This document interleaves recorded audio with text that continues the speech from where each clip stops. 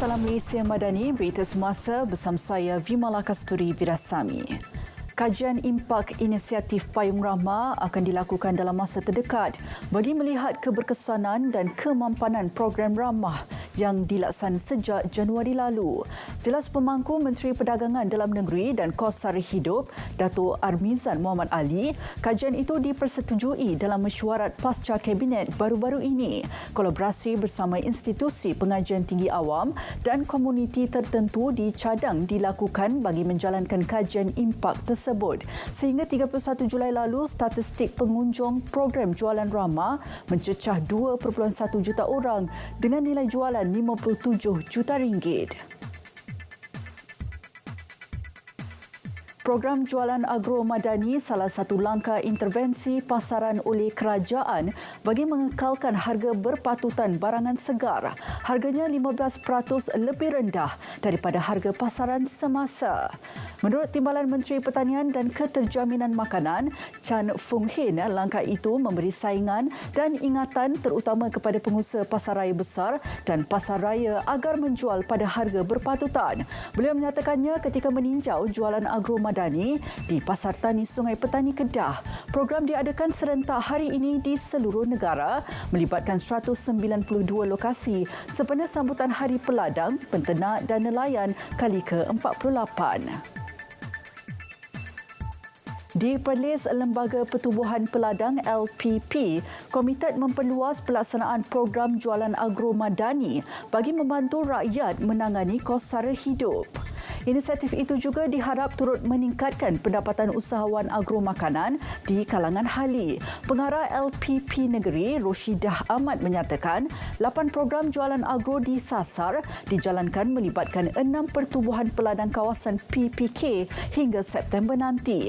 5 daripadanya telah dilaksana melibatkan lebih 20 usahawan PPK dan 10,000 ahlinya. Nilai jualan mencecah RM112,000. Fama Melaka pula menyasarkan nilai jualan 1.2 juta ringgit sempena jualan khas agro madani tahun ini.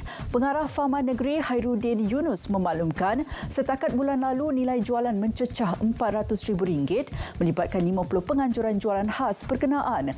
Pihaknya komited sasaran mampu dicapai dengan pertambahan 250 lokasi yang akan diadakan serentak setiap minggu di seluruh Melaka hingga Disember nanti. Dalam pada itu, pihaknya dengan kerjasama kerajaan negeri akan mengadakan Karnival Jualan Agro Madani Melaka 30 Ogos hingga 3 September ini. 140 usahawan menyertainya bertempat di dataran sejarah Air Keruh. Mekanisme penyampaian berterusan perlu disalur kepada semua rakyat dalam menterjemah kerangka ekonomi madani. Selain mendedahkan rakyat kepada segala inisiatif, ia sekaligus menjamin kualiti hidup lebih baik.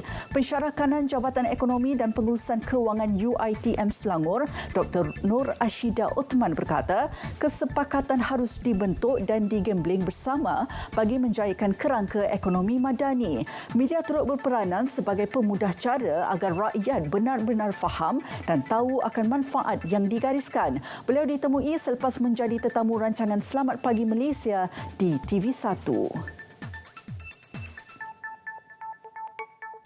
Kembara Mahkota Johor KMJ berjaya menaikkan daerah Kluang sebagai destinasi pelancongan bersejarah di Johor. Adun Palo Lee Ting Had berkata penganjurannya memberi peluang kepada rakyat bersua keluarga diraja Johor dengan lebih dekat. Pengisian menarik lokasi bertepatan dan kemesraan keluarga diraja Johor dengan rakyat menjadi nilai tambah kejayaan KMJ. Lebih 2,000 rakyat hadir di 2 lokasi kembara di Kluang hari ini.